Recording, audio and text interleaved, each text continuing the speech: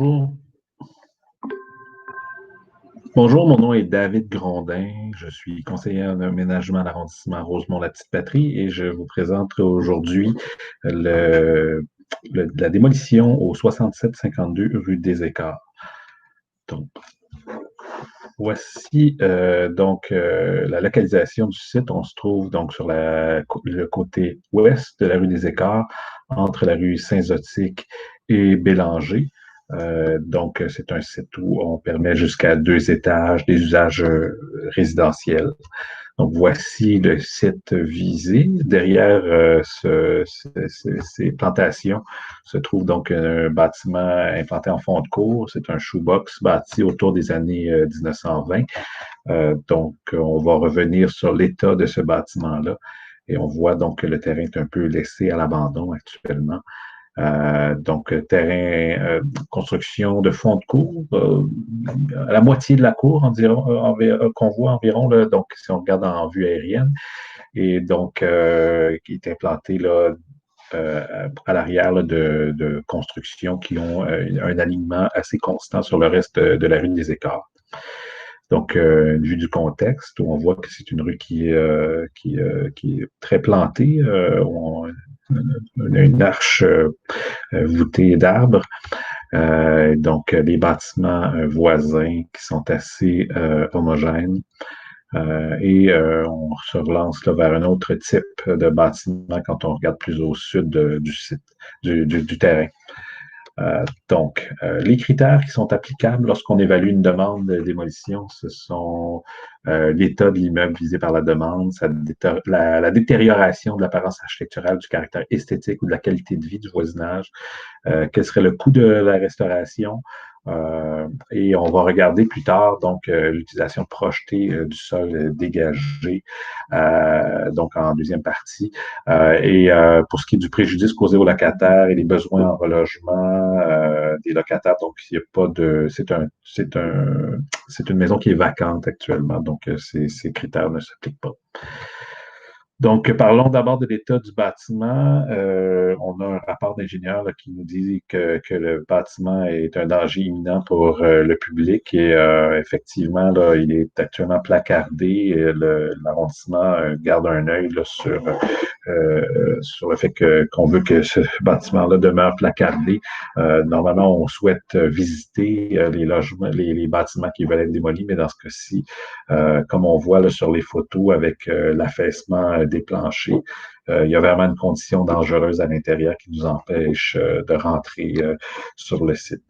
Donc, on voit bien là, ici là, à quel point le bâtiment est dégradé. Pour ce qui est de l'effet de ce bâtiment-là sur son voisinage, là, au-delà de son état, c'est une propriété qui est vraiment à l'abandon. Qui apporte pas du tout un côté positif là, au paysage de la rue. Au contraire, là, c'est nuisible à l'image du voisinage. Pour ce qui est de sa valeur patrimoniale, c'est un shoebox. On a fait un classement des shoebox quant à leur valeur patrimoniale, et ce shoebox-là, vraiment, là, se trouve dans les pires de l'arrondissement, donc la classe la plus basse, la classe 1. Il n'y a pas d'éléments caractéristiques qui ont survécu au fil des années. Les agrandissements qui ont été faits au fil du temps sont de faible qualité, ne sont pas bien agencés au bâtiment d'origine, et on est vraiment en rupture avec le milieu quant à l'implantation, quant aux matériaux. Il n'y a pas de valeur significative sur le plan social, symbolique, esthétique, contextuel. Donc, on vient remplir, au fond, tous les critères là, quand on parle de l'état de l'immeuble, la question de l'image projetée par le bâtiment sur son secteur. Le coût de la restauration, ben, on comprend qu'il n'y a pas une grande pertinence à investir des sommes importantes pour rénover ce bâtiment-là. Regardons maintenant le projet de remplacement. Donc, le voici, on va subdiviser le terrain. C'est un très large terrain, une largeur atypique. Donc, il sera subdivisé là, pour reprendre grosso modo les largeurs des bâtiments, des lots existants sur la même rue. Et donc, on va construire 2 bâtiments bifamiliaux de 2 étages avec mezzanine. Donc, voici l'implantation actuelle du bâtiment. Et voici donc la nouvelle implantation. J'ai laissé en ombrage donc l'implantation de l'immeuble actuel pour fin de comparaison. Vous constatez donc que l'immeuble vraiment vient se rapprocher de l'alignement dominant de la rue. On est autour de 60 pour l'implantation, ce qui est la limite à la réglementation. On respecte également le pourcentage de verdissement. 2 cases de stationnement en parallèle à l'arrière pour minimiser l'impact de ces cases-là sur l'aménagement de la cour et avoir une cour là, qui soit utile et qu'on n'ait pas seulement des retards de terrain. Donc, mezzanine également sur par-dessus le deuxième étage, qu'on voit qui est en recul par rapport à la façade. Il y a bien sûr une surprofondeur qu'on va revoir par rapport aux lots voisins. Ce sont des bâtiments qui sont assez courts. On peut voir également qu'avec l'implantation existante, entre autres pour le voisin de gauche, il y avait déjà là, une construction qui longeait la propriété sur toute la profondeur. Là, au moins, on va un peu dégager le fond de la cour. Donc, voici le détail des élévations. Je ne rentre pas dans le détail parce qu'il faut garder en tête que ce dossier-là va être revu par le comité consultatif d'urbanisme pour le détail, le fin détail architectural, donc les matériaux et c'est ça, les détails d'ornementation. Ça va être revu par notre comité consultatif d'urbanisme. Mais en gros, donc, c'est un bâtiment de briques avec une mezzanine en revêtement métallique. Pour ce qui est des élévations latérales, elles sont également en maçonnerie. On peut voir la surprofondeur, mais je vous ai inclus également la photo de l'existant qui montrait, là, donc, qui avait déjà un certain impact. Là, le bâtiment existant là, présentait un mur pas très intéressant là, pour le voisin qui était juste à côté. Pour ce qui est de l'ensoleillement, ce n'est pas un enjeu significatif puisque les ombrages sont portés sur la rue plutôt que sur les cours. Il y a des abattages d'arbres, par contre, là, on a un rapport là, qui nous les qualifie. Donc, il y a beaucoup de cette végétation-là est une végétation qui est un peu sauvage, là, qui a poussé d'elle-même au fil des années. Il y a des cèdres blancs à l'avant, qui vont devoir être abattus puisqu'ils sont dans l'empreinte au sol du futur bâtiment.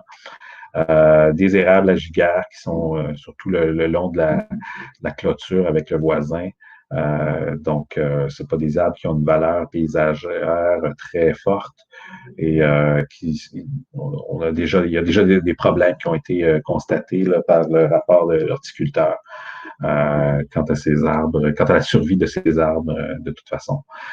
Il y aura un frêne rouge également qui a une espérance de vie de 2 ans selon le rapport d'horticulture.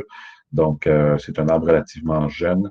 Et on a un faux marronnier à l'avant qui présente certaines déficiences, une espérance de vie de 5 ans. Et qui, lui aussi, là, est dans l'empreinte au sol du bâtiment à venir. Donc, l'arrondissement a analysé le dossier pour voir des avantages et des désavantages. Bon, on démolit un immeuble abandonné, nuisible à l'image de son ça fait partie des avantages. La valeur architecturale est très faible pour le bâtiment d'origine. On a un projet de remplacement qui s'intègre à son milieu sur le plan du gabarit, de l'alignement, des matériaux, du mode d'accès au logement. Et on aura de nouveaux logements qui sont spacieux, qui viennent répondre aux besoins des familles. Par contre, du côté des désavantages, on a vu qu'il y a de nombreux abattages d'arbres. Il y aura de nouveaux arbres qui vont être plantés, mais jamais autant que dans la situation actuelle. On vient créer des murs aveugles qui longent les propriétés voisines. Et les mezzanines sont relativement peu communes sur ce tronçon, bien qu'elle sera peu visible grâce à son recul. C'est quand même un élément qui est peu commun. Donc, voilà pour la présentation. Et sur ce, je vous souhaite bonne journée.